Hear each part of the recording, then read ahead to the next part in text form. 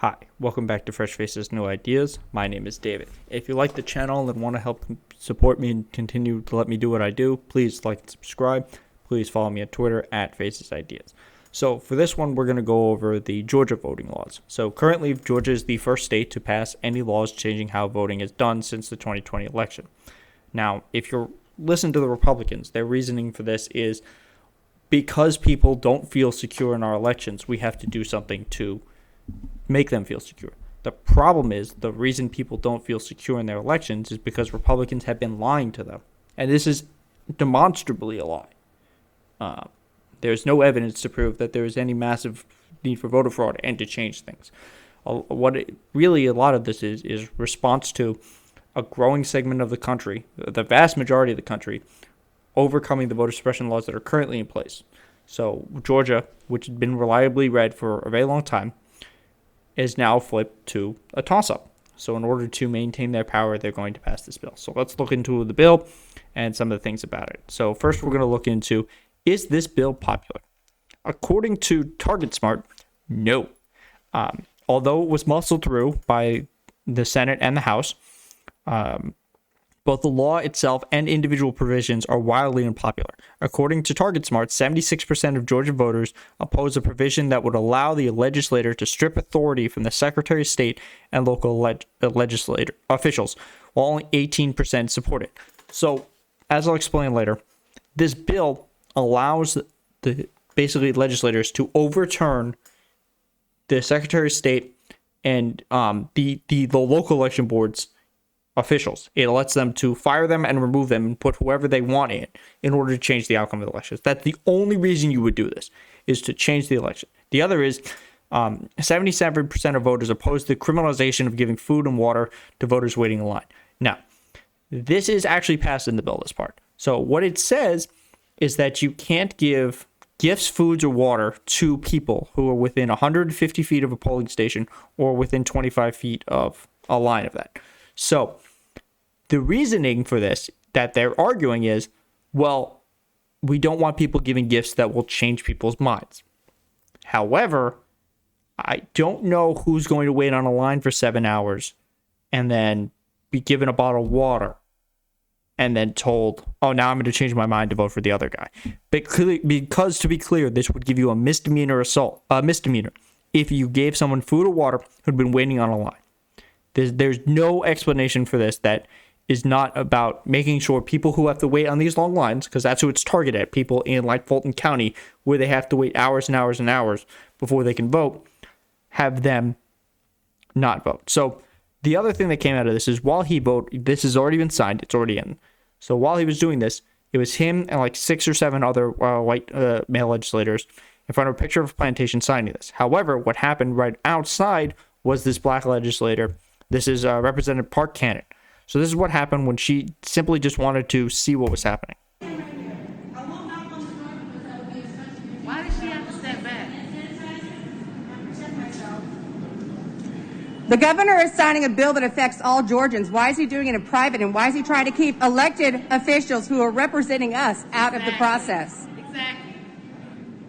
I know you don't have any control over anything other than suppressing people's right to vote and using your guns and your abilities to talk. Yeah, you said you give her one more time, like you're going to do something. Are you Now they're serious? arresting her. No, you are not represent. They arrested her, and then she got charged with, where does it say? Felony obstruction and preventing or disrupting General Assembly sessions. This is what she was charged with. This is the same charges that were used against people who rioted on January 6th. So, according to the government, you are both felony obstruction if you knock on a door and felony obstruction if you break into Congress and attempt to murder people. That's what this is just an absurd thing, and I can't wait for it to get thrown out. Anyway, let's go to the actual bill. So this is from the AP. Can the state take over local election offices?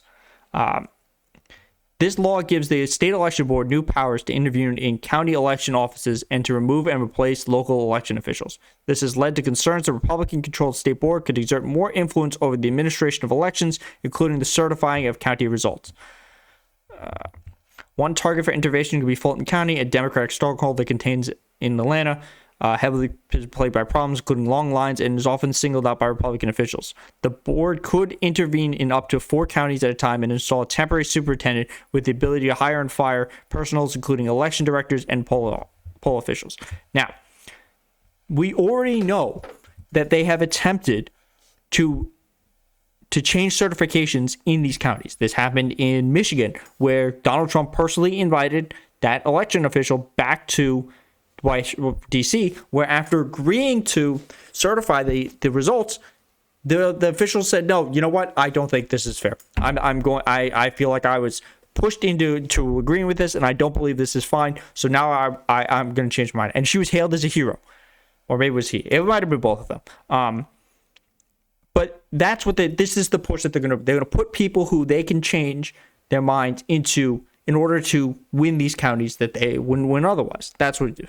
So we talked about the banning of people handing out snacks. So does this bill eliminate Sunday voting? Now, this was originally one of the things that would happen in this election. Is on Sundays, African American, generally black churches conduct something called Souls to the Polls, which is how they register people, they get them to vote early, they bring them to vote. What originally this bill would eliminate that. I don't remember exactly what it was, but it would previously the 1 day of weekend voting was required, with counties giving the option of offering 2. Now 2 Saturdays will be required, and counties will offer 2 Sunday voting days as well. Republicans point to this provision to argue they're actually expanding rather than restricting voting access. So they were originally not going to allow people to vote on Sundays. However, they expanded it, and they're like, oh, look, this bill is helping people vote more. Except it's not. Look, this particular part, because it got reversed, is going to help people vote more. But it already cuts down on voting access by mail-in voting. When you can get it, the time to get it is shorter between now and the actual election and things like that. So this also changes runoffs. So the new law shortens the time of runoffs from 9 weeks to 4, with lawmakers saying the current span is exhausting and needs to be shortened for a more manageable period. So one of the ways they're going to do with this is if you're a military and you're an overseas voter, you get this thing called a ranked choice absentee ballot. So when you get the vote, you rank it by who you want to vote. So let's say I voted for Ossoff, and then I wanted to vote for somebody else in case there was a runoff. That's how you would be able to vote. This way, they would only have to send out one mailing vote, and it would allow them to vote in the runoffs should that happen, because Georgia is one of the only states that has a mandatory runoff if you don't win a majority of a majority overall and in the primary. So it also means that there will be a shorter period, means that less time for early and mail-in voting. Early voting has lasted 3 weeks before runoffs. Now early voting will begin as soon as possible, but no later than the second Monday before the election, possibly leaving as little as 5 weekdays and no weekend days of early voting. So it means you will have less time to vote in the election. This also says no new voters will be registered in the period before runoff, because a registration deadline would be the day before the early election. So let's say I'm 18 or I'm 17, and I would turn 18 the day after the primary election on November 3rd, but then but then there's a runoff. I'm now ineligible to vote in that runoff. That would still affect me, and I'm now legally 18 and able to vote because they changed when the registration period is. So this is targeting the younger generation as well as African Americans. So let's recap this pretty quick. So this bill definitely does limit people's ability to vote. It forces people to be on these lines without water and without food. It does not solve that problem. It cuts down on early voting, on the ability of people to actually vote in these elections, about when they're able to get access to their ballots and when they can actually do votes. It stops younger people from voting in elections that they would have the right to vote in. A lot of the turnout, a big push for the last runoff was for people who turned 18, because you were allowed to vote in that election. The runoff was on the 5th, and I think you had up to the 3rd to register. So because they changed that date, all of those people who had to register, who turned 18 between the actual election and the runoff date, which has been shortened, will now not be able to. So they're disenfranchising all of those people who would normally have the ability to vote. So the whole point of this bill is not to allow more people to vote. It's not even to change all the and fix any of the problems that are currently there. It's to disenfranchise people and give more power to the Republican Party so that they can keep these strongholds. And that's what the point of this is. Because let's remember, there was two certified cases of voter fraud in this election. They were both Republicans. But now we have to change all the laws. God forbid if we have 400 mass shootings, can't change anything. Laws don't work. So overall, this is not a good bill. And the problem with this is, even if they patch HR SR1, which is the Voting Rights Act and the John Lewis Act, there are things in this bill that can't be solved. One of those things is the state takeover of elections. Those bills won't control it. Now, hopefully it gets struck down in court, but as the Republicans have packed the court over the last couple of decades, it is not totally likely that that'll happen. So hopefully the Democrats can push back on this and they can actually pass HR at SR1 to start, solidifying some of the voting rights that people have. Because look, we just had the largest mass turnout election, and the response to that from the Republican Party has been across the board: less people should vote, and they've said it over and over again.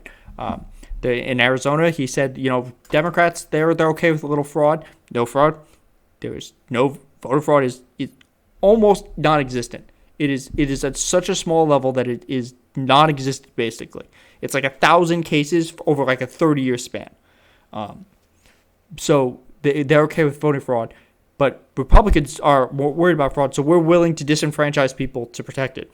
They also had a representative say, I'm more willing to worry about the quality of votes and having like tests and stuff to make sure that people are qualified to vote, which is basically poll taxes and literacy tests.